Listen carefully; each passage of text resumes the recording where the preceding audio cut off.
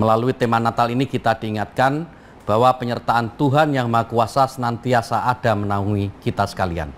Kita memiliki harapan dan pertolongan sekalipun berada di masa-masa sulit akibat pandemi COVID-19 ini.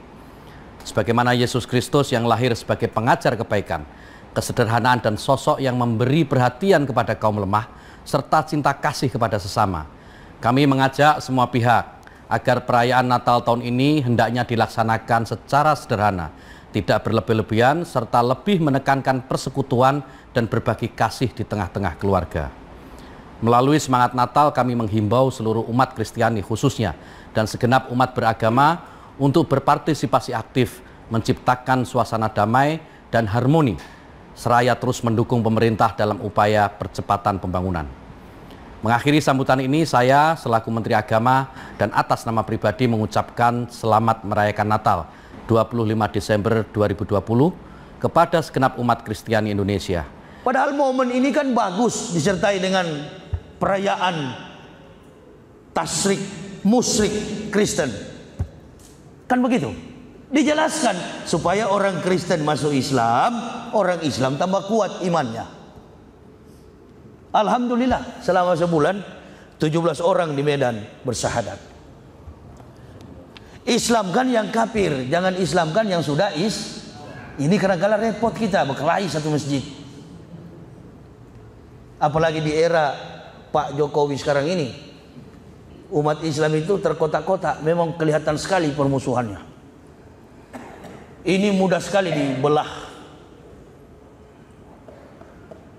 Sehingga kita duduk di dalam masjid, niatnya bukan ibadah, curiga. Kalau mau dijaga orang beribadah begini, orang sholat begini, orang ceramah begini, udahlah nggak usah dijaga. Mulai dari pembicara sampai yang di bawah baik semua itu. Yang ente jaga itu begal motor, kurir narkoba, koruptor. Nah itu cari, incar di mana dia. Kalau yang ada di dalam masjid begini, Masya Allah, dari pembicara sampai ke bawah baik semua. Betul apa betul? Setan masalahnya tidak tembus di dalam masjid. Setan itu cuma di jendela. Beda dengan di gereja. Setan itu ada memang di dalam dan di luar sama semua. Tapi kalau di Islam ini susah. Setan, jangankan setan, orang Islam yang tidak sholat aja nggak berani masuk masjid. Jangankan dalam masjid, di halaman pun segan dia. Cuma intip-intip dia dari luar. Dari jendela nggak usah tersinggung. Nah, jadi ibu bapak, orang yang masuk Islam itu tidak semua mu'alaf. Mu'alaf itu adalah orang yang dibujuk hatinya. Umar bin Khattab, Abu Bakar Siddiq, Ali radhiyallahu anhu. Mereka bukan mu'alaf. Mayahdilahu fahuwal muhtadin. Mereka adalah muhtadin. Orang yang mendapat petunjuk. Dari mana mereka mendapat petunjuk? Contoh Umar merampas sebagian mushaf, merampas sebagian apa yang di tangan Fatimah itu yang dirampas Umar? Gulungan Quran yang belum dalam bentuk buku, belum dalam bentuk kitab, yang dirampas oleh Umar di tangan Aisyah adiknya. Apa ini namanya? Su'ub. Su'ub yang dirampas oleh Umar di tangan Aisyah. Umar masuk Islam. Itu yang dimaksud laqad ansalna ayatin mubainatin. Bukan masuk Islam karena mau kawin. Ini persoalan. Bukan masuk Islam karena ikut-ikutan, tapi masuk Islam dalam makna Islam yang masuk. Begini supaya lebih mudah. Mana lebih bagus? Ibu bapak melamar sebagai pegawai atau dipanggil jadi pegawai? Kemarin kan banyak yang dipanggil ke istana. Ada yang datang nggak jadi. Bahkan sudah setengah mati jilat, diusir.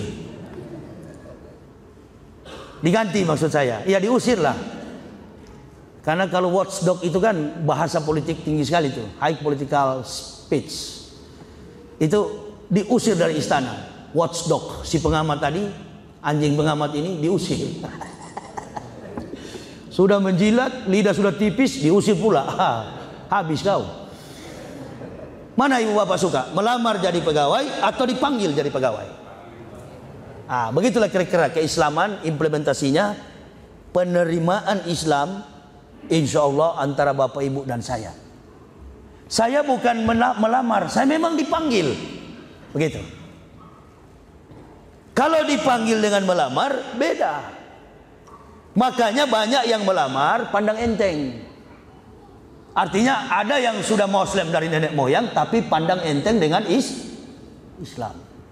Dia lebih mending bersahabat dengan kafir, masuk ke dalam gereja, tepuk tangan di dalam gereja, ketimbang dia bersahabat dengan saudara ini nih bahaya. Ini lagi musim sekarang ini.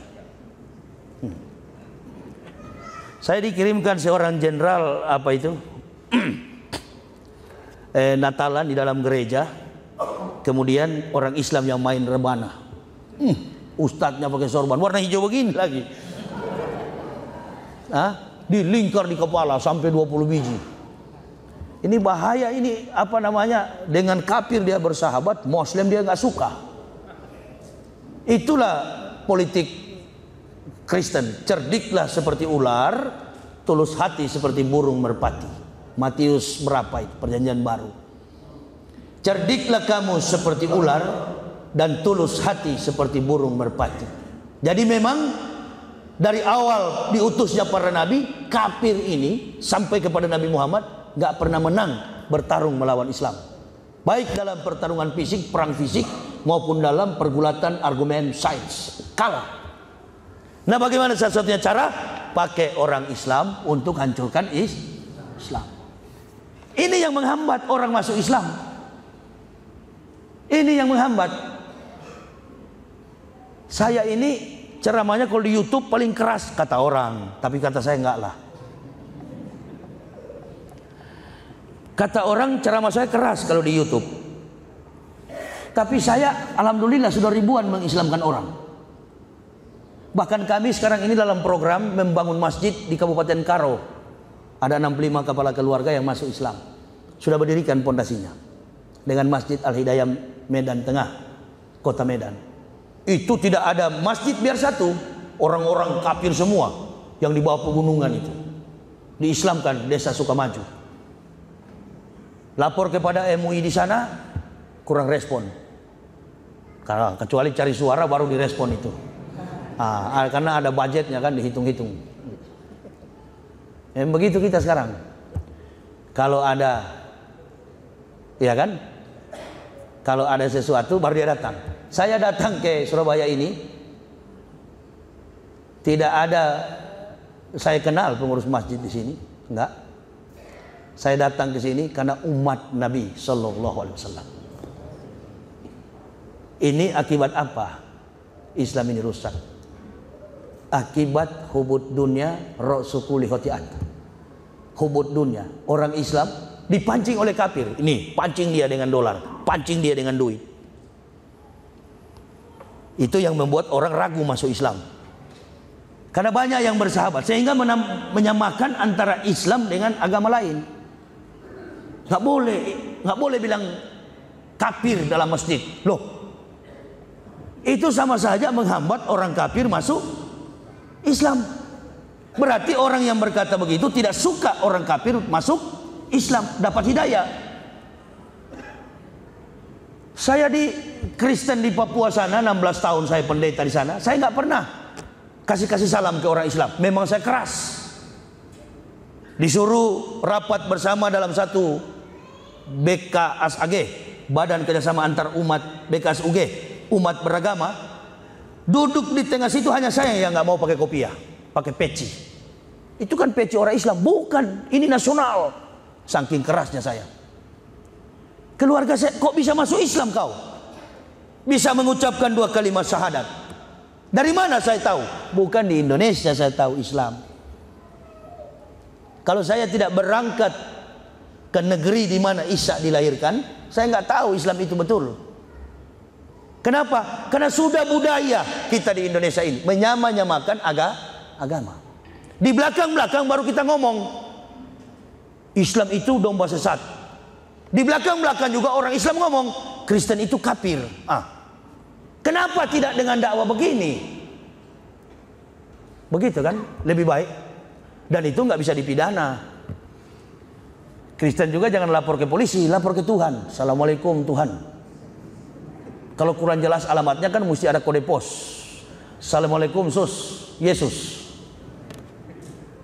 Ini Yahya kurang ajar betul, coba dihukum dia. Dia kan keliling Indonesia pakai mobil, gulingkan mobilnya. Sampai hari ini belum terguling saya.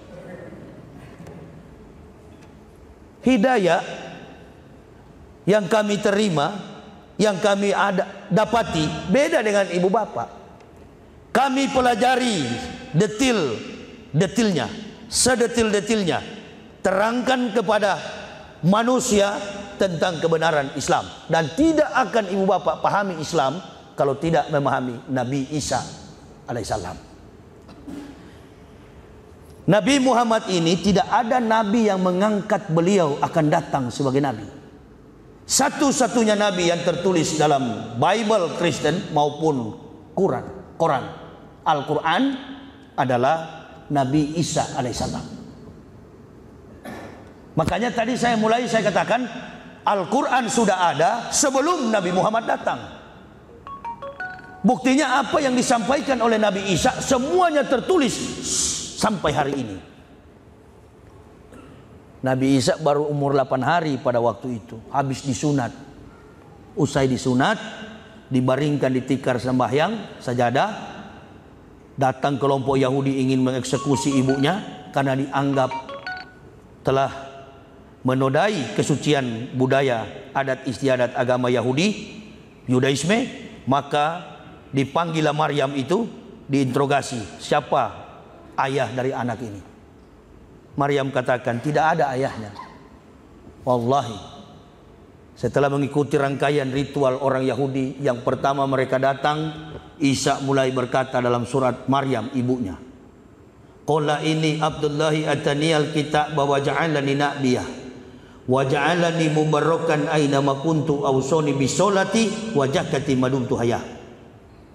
Isa katakan, saya ini hamba Allah, ataniyal kitab, Allah memberi aku kitab, wa ja'alani nabiyah, dan mengutus aku sebagai nabi, wa ja'alani mubarrakan aina ma kuntu awsani bisolati wa zakati madumtu hayah.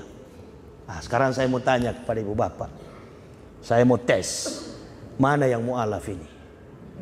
Nah, di ayat ini akan terlihat mana yang mu'alaf. Waktu Nabi Isa bilang begitu, Nabi Muhammad sudah lahir atau belum? Belum. Pastikan dulu, belum. Sudah atau belum? Al-Quran sudah ada atau belum? Sudah. Buktinya sampai sekarang masih ada.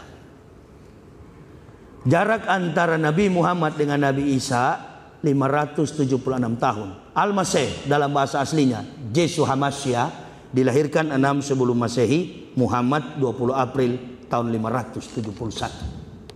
Waktu Isa menyampaikan ini, Rasulullah Shallallahu Alaihi Wasallam belum lahir.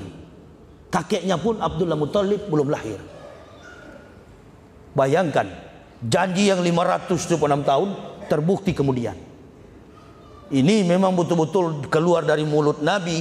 Jadi walaupun ratusan tahun terbukti. Ini kita beberapa bulan sembako murah, pengangguran digaji. Saya kan pengangguran, belum digaji juga saya sampai hari ini. Itu janji Pak Jokowi, beda dengan janji Nabi. Mudah-mudahanlah beliau realisasikan pengangguran digaji ya. Amin. Nah, tunggu saja, ayam kencing baru ada itu. Iyalah, sudah terbukti kok di mana-mana. Tapi baguslah ada tol, saya jadi mudah ke sini. Itu aja keunggulan Pak Jokowi. Harus dipuji juga, itu kan baik. Jangan juga pura-pura nggak tahu. Bagus, yang bagus kita puji. Yang adu domba itu janganlah dipuji. Ya. Belum datang Nabi Muhammad, Isa sudah mengatakan. Ada ayat di situ menerangkan, Ausoni bisolati wajakati madum tuhaya. Allah memerintahkan aku mendirikan solat, membayar zakat, madum tuhaya, sepanjang umur hidupku. Nah, solat sudah ada atau belum?